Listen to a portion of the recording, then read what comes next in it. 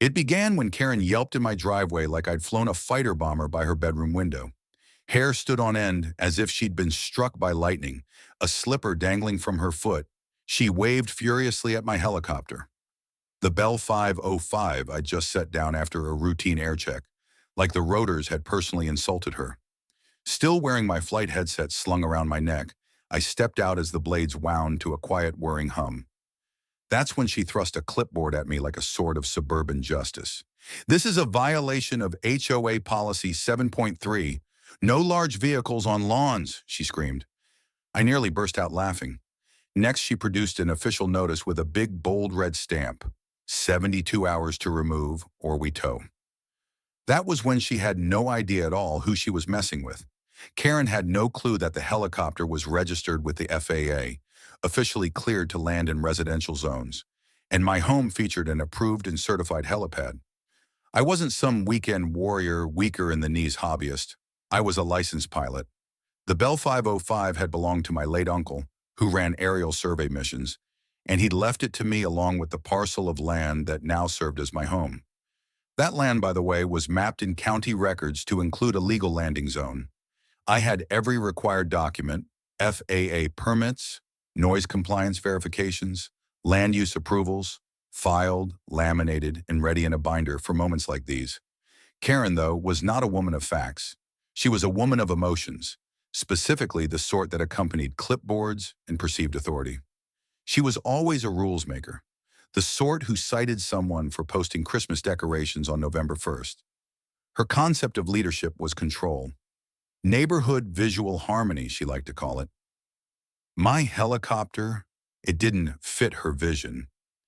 The evening she witnessed me land for the first time, whatever it was inside her snapped.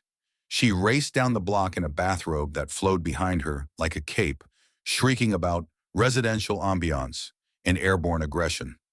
I tried to reason with her. I explained the law to her, the noise considerations, quieter than most lawnmowers, and the paperwork. She cut me off in the middle of a sentence, snatched the papers, scanned them with her scowl as if they were hieroglyphics, and said, "Well, this still doesn't look right." The next morning, I got an official HOA violation notice stating that I was parking unauthorized machinery and causing turbulence to community flower beds. The wording was so absurd I almost spit coffee out my nose. This was only the beginning. That week's HOA newsletter contained a new feature: airborne threats to neighborhood safety. A fuzzy photo of my helicopter, angled just so that it looked like it was dive bombing the clubhouse. Karen started taping me every time I landed, narrating in a hushed tone like a naturalist documenting menacing wildlife. "Behold the menacing descent vector," she'd whisper behind the bushes, clearly a menace to pets and plant life. She even claimed helicopters encourage crime. Yes, because nothing shouts criminal enterprise like a fella watering tomatoes next to an airplane. Next, the HOA sent a full takeout notice. "Take out the aircraft within 72 hours or it will be towed." Towing. They wanted to tow a helicopter, like they just set a boot on the landing skids and tow it down the road behind a Ford F-150. I sent a cease and desist. The FAA and my attorney CEC'd, believing that would be the end of it. It wasn't. Karen had an emergency HOA meeting. I went, more out of morbid curiosity than concern. She was at the head of the room with a projector and announced, "Operation Sky Menace. Slide 1, a blurry picture of my helicopter in flight. Slide 2, a crying child standing next to a garden gnome." Karen gestured toward the screen. "Is this what we want flying over our homes?" I reminded the room quietly that federal airspace regulations supersede HOA rules, and the HOA charter did not restrict air traffic. Karen's retort: "This has absolutely nothing to do with laws. This is about the spirit of community." Even Ron, grumpy board member and perennial look-at-my-watch kind of guy, finally raised his hand and suggested, "Maybe we should, you know, hire a lawyer?" Karen glared so hard I thought he would vaporize. But the board voted to table enforcement until later. That didn't stop Karen. The next day, a dazed tow truck driver appeared. He stared at the helicopter, then at his flatbed, then at me. "Yeah, I'm not going to touch that." I gave him a bottle of water and he departed. But I knew Karen wouldn't quit. She'd find someone crazy enough eventually. So I went on the attack.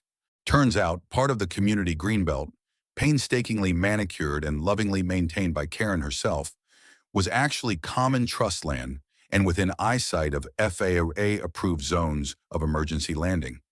If she pushed me once more, I'd land there in public legally, just to show how little control she really had. But the saga continued to spiral. Karen began to distribute no-fly zone window clings, red stickers with helicopters crossed through. I had 3 on my mailbox. She began a noise complaint hotline and passed out pre-signed forms to neighbors. She stated she received 19 complaints one day. My flight records showed I hadn't flown at all.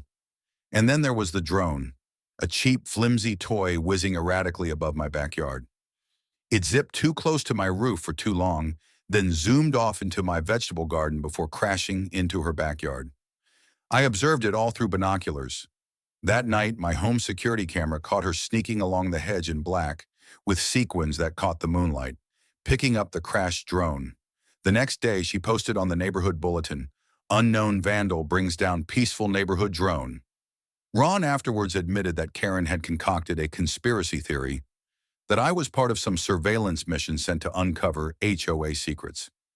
She suspected the helicopter, the unobtrusive demeanor.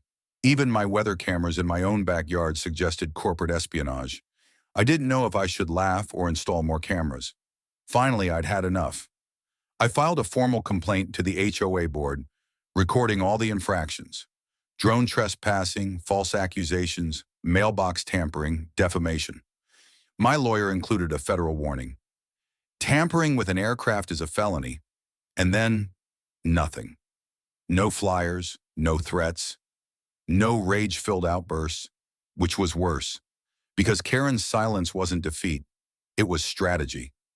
I learned on Tuesday morning, pre-flight inspection, something reflective off the tail rotor gave me pause. The bolts were loose, stolen, all of them. One skid nearly ripped off. Modified fuel cap. Had I flown, the helicopter would have crashed in a matter of minutes, would have attributed to pilot error. The police confirmed it. Deliberate sabotage. We reviewed the tape. The figure on my lawn at 2 a.m., black clothing, clipboard. I called my attorney and the FAA and sent them all of it. Karen had technically trespassed on federal crime territory. She wasn't going to get away with this. So I made my final move. With FAA approval, I requested emergency alternate landing designation on the HOA's own greenbelt. Not to be petulant, but to be safe. If Karen desired war, I'd give the public demonstration of how far my rights extended. I'd land with children to witness, dogs crying out, and neighbors cheering. Because this wasn't about airspace anymore. This was freedom, facts, and reminding all HOAs in America that having a person with a clipboard doesn't equate to owning the skies. She tried to ban my helicopter, so I invited a public landing near her lawn, legally. What happened dismantled her entire HOA empire. Rephrased script, detailed, polished narrative format. It started with a swift victory. I had submitted satellite photography, wind flow analysis, and exact location data. Under 48 hours later, I was granted conditional FAA clearance to stake out an emergency secondary landing site just a few feet from Karen's front lawn. Rich irony, her cherished view, now officially an airstrip. But I wasn't done. I phoned the local Board of Aviation and proposed a public safety demonstration, museum-quality display of private helicopters, safety procedures, emergency procedures, and why these helicopters were not the death machines of complete pandemonium that they had been made out to be by the HOA. Neighbors, press, city government, I invited them all, not Karen. She did show up, though, lingering on the edge of the crowd like a clipboard-wielding watchdog. I hovered around the helicopter with a mic headset, guiding curious residents through the workings. Kids were entranced. Adults posed intelligent questions. One man asked how it got gas mileage. Some thanked me for being professional and not saying anything. Karen remained silent, but she fumed. The next day, she tried retroactively forbidding the party, sending out an HOA-wide alert saying it violated recreation use regulations on the Greenbelt. But the horse had escaped the barn. People had seen the truth, and I'd recorded every second. At the next HOA meeting, I arrived early, legal folder in hand. Karen was at the microphone trying to take charge as if the previous month hadn't taken apart her hold. "We now address repeated aviation disturbances," she announced, voice sharp. I stood and calmly requested the floor. Ron, the one reasonable board member, nodded. I walked to the front, handed out FAA documentation, police reports, surveillance images of sabotage, and a legal memo that outlined exactly why HOA rules didn't override federal aviation law. Karen tried to interrupt. I raised a hand. "You've had your say. Now it's my turn." I laid out the facts. Tampering with an aircraft, slanderous flyers, false reports, harassment, disrupting federally approved safety drills. I wasn't threatening, I was taping. If they swung at me one more time, we'd be in federal court, not HOA court, headlines and real punishment. Karen was pale-faced when I presented Ron with a map showing FAA approval of the second landing site. Ron looked at it and said only, "Well, that's that." I walked home smiling. But I knew Karen. She wasn't going to stop. Not exactly. 2 days went by before a neighbor alerted me. Karen had hired landscapers to work on a surprise beautification project. Right on the greenbelt. Her plan? To install low hedges, boulders, and a bird bath to block the helipad and declare the land too poor now for air traffic. I let her get halfway. Then I complained to the zoning about unauthorized development on mandated emergency space. City inspectors arrived the next day.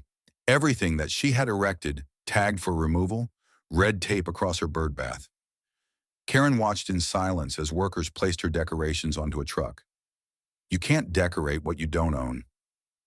3 days later, with wind nil and clouds empty, I conducted a routine safety exercise with full FAA sanction. At 4 p.m., I took off, orbited once, and landed gently onto the freshly cleared greenbelt, only a few feet from Karen's porch. Kids cheered, neighbors clapped, phones videotaped. One narrated as if for the 6 o'clock news. And here we have local pilot Dylan pulling off a perfect landing onto Karen's ego. Karen didn't show outside, but I saw her, a specter standing behind a curtain. The evening, the HOA group chat went crazy. Videos, memes, hashtags, shuckered Heligate, shuckered Karen airspace crisis. Karen issued a public statement condemning it as a reckless aerial stunt. I responded with full telemetry, sound recordings, FAA reports, and an accompanying message. All legal, all documented. Don't spread rumors. Check data. Even her own allies were quiet. One of the board members resigned that night. Ron took a picture of the resignation with one sentence. Told you she'd implode. But Karen was not done. She transitioned from public drama to back-channel blackmail, calling neighbors individually, warning them I was a security threat, that my helicopter spewed magnetic pulses that inactivated garage doors. She even claimed I hypnotized children with rotor noise. Then she made her most aggressive move. She called 911. The complaint? Low-level harassment, trespassing, and somehow a rotor wash-induced gas leak. I greeted the officers with a smile, provided FAA clearances, flight telemetry, maintenance checklists, noise levels. The lead officer laughed. This is more paperwork than most crime scenes. He asked if I had any notion who made the report. I informed him that I had a pretty good idea. Later that evening, Ron verified it. Karen called on the HOA office line. The sheriff's office launched an investigation for abuse of emergency services. Then arrived an anonymous email to my inbox. Attached was a PDF, a petition Karen had distributed calling for a ban on aerial vehicles, complete with fake signatures. At the emergency board meeting, Karen tried to spin the story. The helicopter triggered her trauma. The sound interrupted her meditation. She felt unsafe. One board member asked for medical records. She had none. Another asked how HOA funds were wasted on the illegal landscaping. She did not respond. Finally, one of them spoke up. Karen, are you attempting to get rid of Dylan because you can't handle him? That ended the silence. The neighbors testified individually.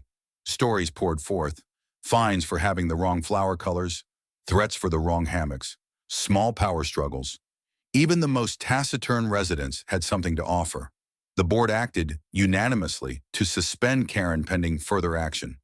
For the first time, I woke up with no warning on my porch. No spy drone, no complaints. But the damage she'd done still lingered. The community was divided, exhausted, paranoid. That's when I had an idea. What if I used the helicopter to bring people together? I threw it around with the acting board president, Denise, and proposed a community aerial photo. Free rides, panoramic pictures, smiles, not suspicion. The response was overwhelming. Kids held signs. Parents came forward. One widow granny cried when I said I'd give her over her deceased husband's garden. On photo day, I flew over the neighborhood. A drone took a side shot. Below, the residents waved upwards. The final photo? A photo of unity, framed and put up in the clubhouse. A plaque underneath read, "We rise together." Karen didn't appear, but someone reported she stood at her upstairs window. Weeks passed in peace. Then at the next HOA meeting, a shock. Karen had requested to speak to the group. She walked in without clipboard, without designer sunshades, and without smirk. She didn't start with an apology. Instead, she laid out the story of why she clung to the HOA, how in the middle of her divorce it gave her structure, purpose. But something changed along the way. Purpose morphed into obsession. Then she quit, officially on her own terms. I don't want to be the head of a community that no longer trusts me. No clapping, no cheering, only silence and closure. Eventually, neighbors thanked me. Some still suspicious, most just grateful. They all said the same thing. It's good to have a neighbor who speaks up when things go too far. I never set out to be a symbol, just a guy with a helicopter and a little common sense. But I did have one additional thank you to give. That Saturday, I enjoyed Sky Day, a neighborhood BBQ on the Greenbelt, food trucks, tents, helicopter rides. Kids ran playing through the grass, waving signs. Fly high, Dylan. Even Ron visited, retired, laid back, and no longer refereeing Karen's HOA wars. Then Karen showed up. She presented me with a little box. For what it's worth, she said to me, I never hated the helicopter. I hated what it made me see. I wasn't in control anymore. Nested in the box was a tiny Bell 505, painted precisely like mine. Not a major move, but real. That night, I flew one last crew. Clear skies, calm air. We circled above the neighborhood. The green belt, now a symbol of unity, lay peacefully in the center. And as I touched down for the final time, I knew this was no longer a matter of flying. It was about standing strong in the storm, about showing quietly that you don't necessarily need to control everything in order to be respected. And most importantly, about reminding everyone, the sky doesn't belong to any HOA. It is reserved for those clever enough to know how to utilize it. If you enjoyed this true lifestyle story of justice, drama, and a little bit of aerial drama, hit the like button, leave a comment below. If you've ever had to contend with a bonkers HOA, we feel you. And most importantly, subscribe for more of the same, where the underdog bites back and sometimes ends up right on top. Thanks for watching. See you on the next flight.